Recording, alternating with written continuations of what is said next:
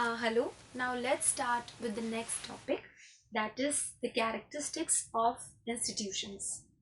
Social institutions, as we have discussed, are a very important uh, concept, and they are very important for the society in which we live, because the stability of the society itself depends upon the institutions existing in society.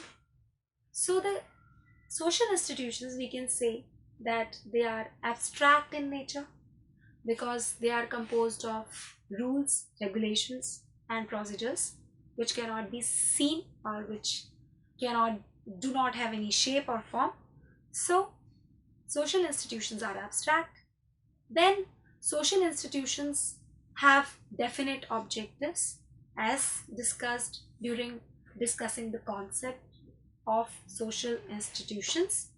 Social institutions like family, religion, and the caste system, they have been long thought by our ancestors, and because they were the institutions of or the instruments of social utility, that's why they came into existence in society. So whether it may be religion, whether it may be family or caste system, they have some definite objective. Like caste system has an objective to divide the labor in society so that there should not be any chaos and anarchy in the society. Similarly, family regulates the behavior of individuals within family and teaches or passes the culture and the traditions from one generation to other. It also adds to the society in the form of the progeny or the reproduction and helps in the continuity of race.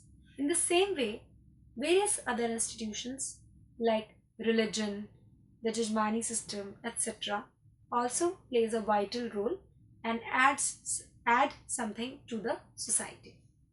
Now, we can say that each social institution has a symbol which might be material or which might be immaterial.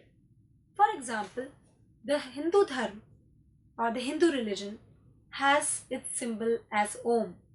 So, by seeing the symbol Om, we can make out that somewhere we are talking about the Hindu religion.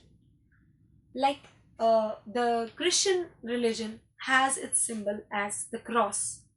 So, cross somewhere denotes the Christian religion. So, in the same way, the various institutions have their symbols which can be in some kind of material form or which can be in some kind of immaterial form. Then we can say that institutions have certain rules or norms with them which each individual who is living in the society and who is associated with the specific institution has to follow. So these rules are also form and or have an important place in the institutions. Then we can say that social institutions fulfill the primary needs of the individuals. As we have already discussed about family or marriage as an institution, both fulfills the need of sexual gratification, then the need of having children, the need of affection, care, the need of belongingness to the most close group. So these are the basic needs fulfilled by the group, fulfilled by the institutions such as family and marriage. In the same way, other institutions also fulfill the primary needs of the individuals, whether it might be care, whether it might be belongingness, whether it might be companionship, or any other primary need. Then we can say that institutions, as discussed in the definition, control the behavior of individuals in society. Whatever stability is seen in the society is because of the various institutions existing in society.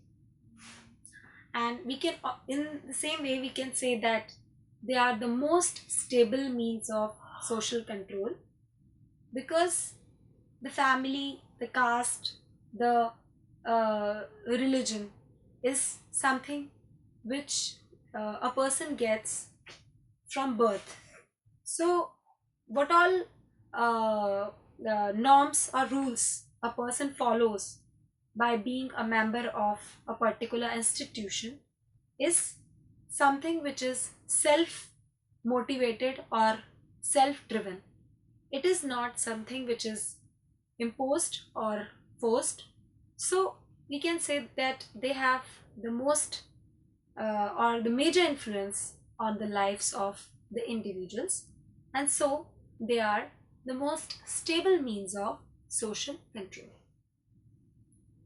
Then it can also be said that social institutions are the institutions, or they are the instruments of social utility, which have been formed by our ancestors in gradually, but after long years of thinking and analyzing.